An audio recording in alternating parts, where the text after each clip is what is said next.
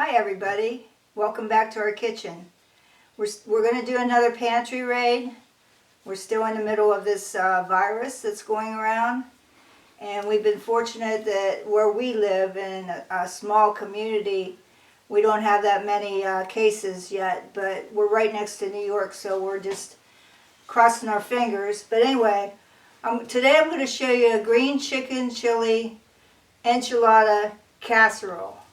Now, I came up with this by following other recipes and everything through the years, and it's one of my family's favorites. Now, what I did is I took 3 chicken breasts like this, and I used my Instant Pot. Now, the instructions were if they were frozen to do it for 12 minutes. Well, mine were partially frozen, so I did mine for 13. I always want to add an extra minute for some reason. I don't know if I don't trust it, but that's just me. What I did is I took a cup of chicken broth, which I made with my Better Than bouillon, 1 cup of water and 1 teaspoon of Better Than bouillon. It is gluten-free, it is dairy-free. And I put 1 Poblano pepper, some frozen red peppers I had, some onions, and I cooked it all together on the trivet in there for 13 minutes.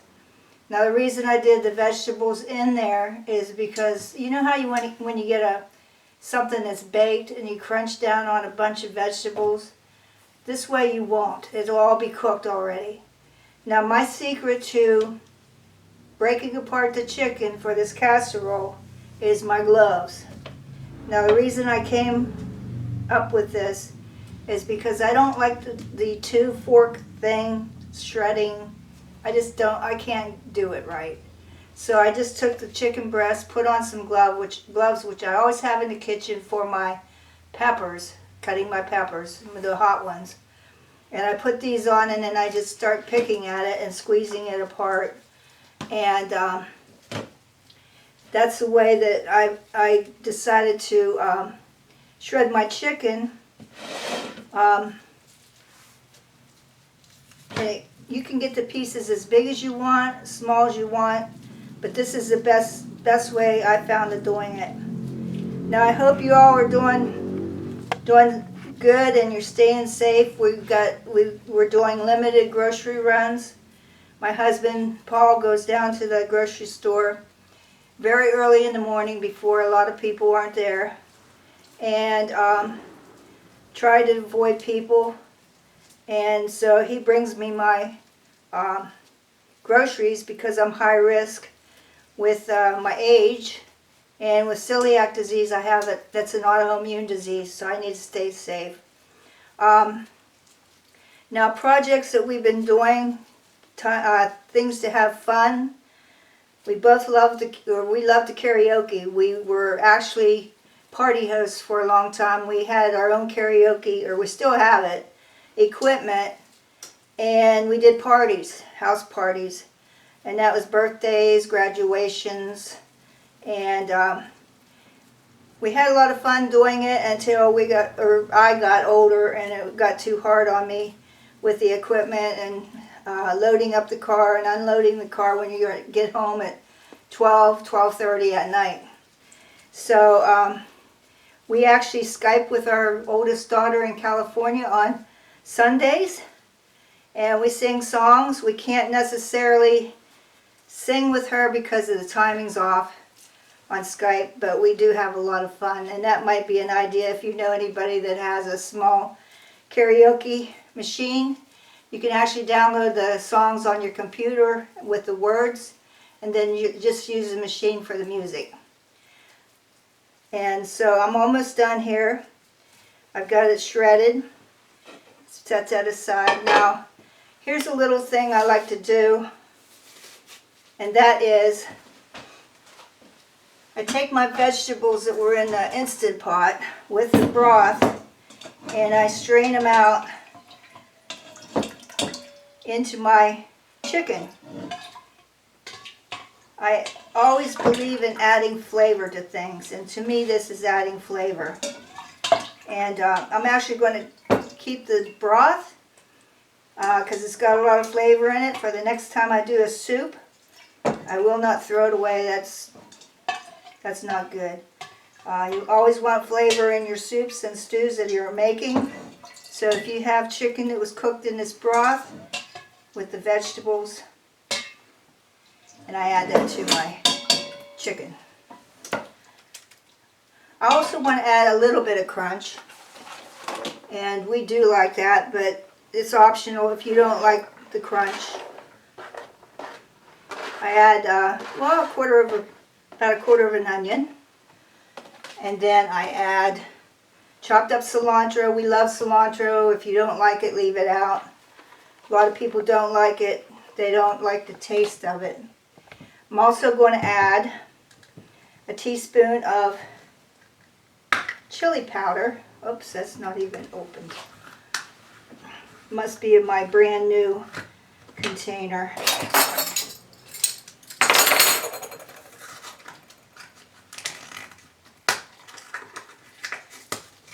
Okay, there we go. I'm going to take a teaspoon of chili powder, put that in there. I've got a can of green chilies. Love these things. If you don't have any peppers in your refrigerator, get some chopped green chilies. They last in your pantry forever. There's also, same thing, chopped jalapenos, which I bought by accident one time. And if you like spice, put those in. I also like to add, I'm adding the kitchen sink, I guess, a couple teaspoons of chopped garlic that I have in my refrigerator. And sour cream. Now, this recipe I'm doing today is not gluten-free. Dairy-free. Due to the fact that I want to add cheese in it, and with my dairy aid pills, I seem to be able to get away with that.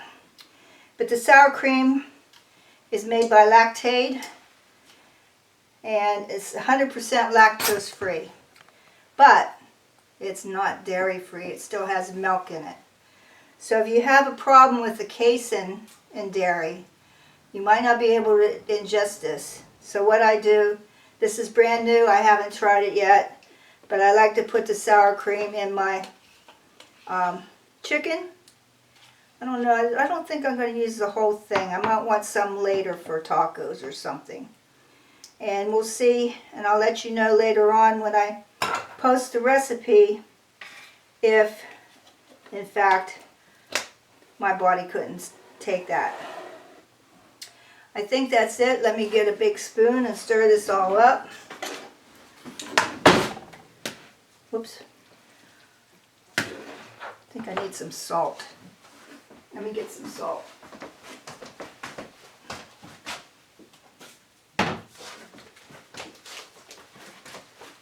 I'm not making this spicy because I don't like spicy. My husband will add, that's about half a teaspoon of salt.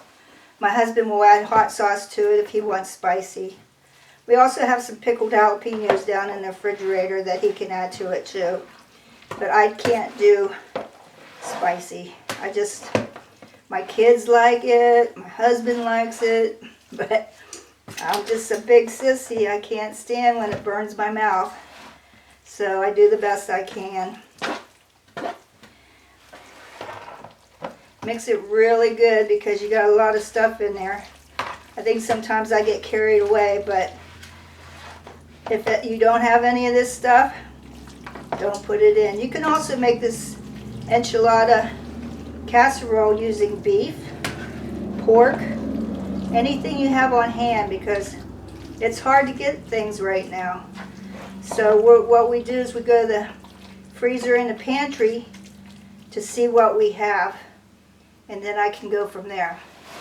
Now, I'm going to bring my pan out.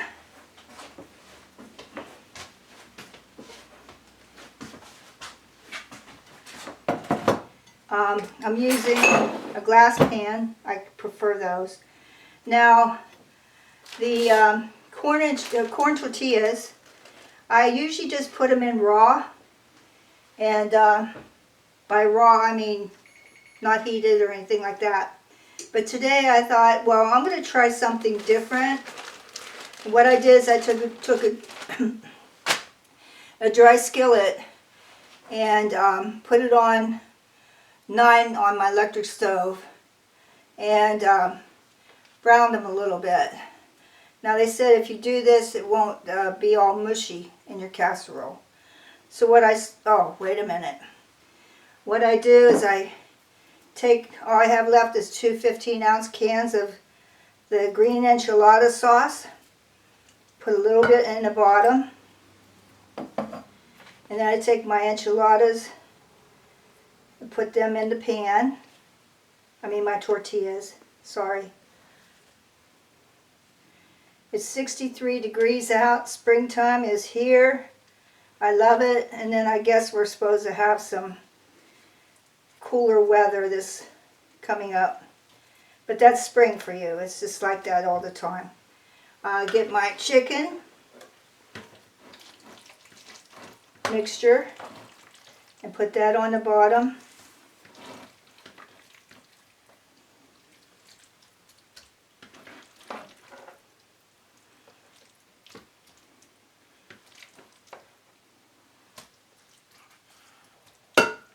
This is a 9 by 13 baking pan. And then I want to put just a little bit of cheese. I'm using mozzarella because that's all I had left in the refrigerator. And then I'm going to do let me do the enchilada sauce again. A little bit of that. I want to spread this chicken out a little bit better to the edges.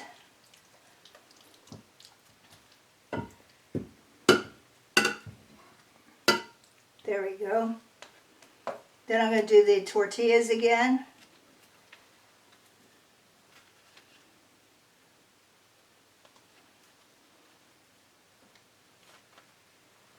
We'll get that out. I think I should have made more tortillas, but it doesn't make a difference because it's all going to taste good anyway. Chicken mixture again. While my oven's heating to 350 degrees, we're going to cook this for 40 minutes and till it's nice and bubbly. I love to cook. That's my passion. More tortilla sauce, enchilada sauce. In fact, here's the second can. Going to load it down a little bit here. I usually use a 28-ounce can. Now I just left a little bit in this can because it looks a little bit too runny. I need more tortillas. Hang on.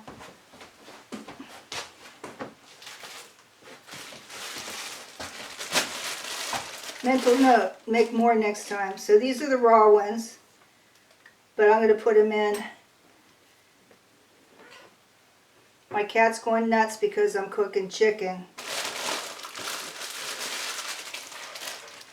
Now we put the rest of the cheese on top.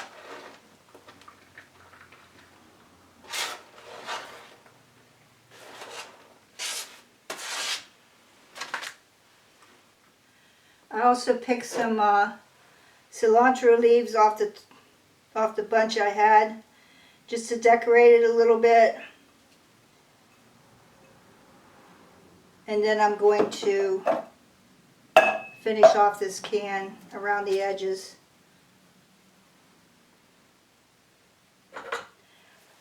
Now, like I said, use what you got. All I had was the mozzarella. If you want it dairy-free, leave the cheese out.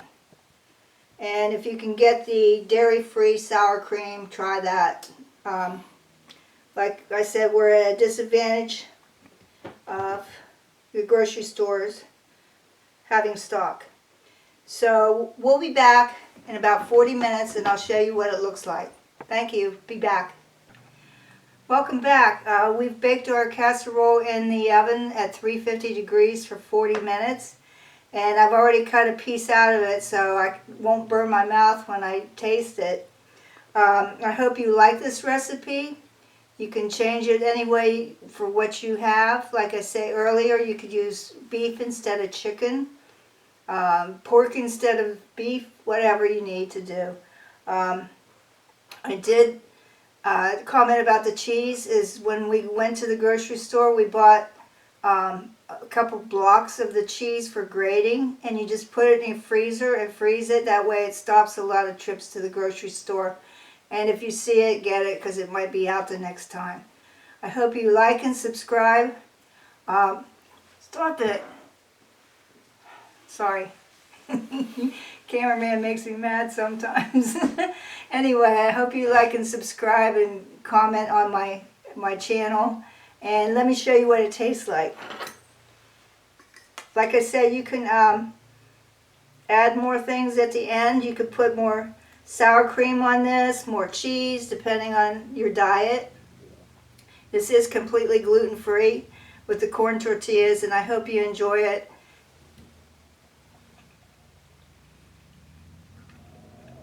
Right on. Very good. Thank you for stopping by. We'll see you next time.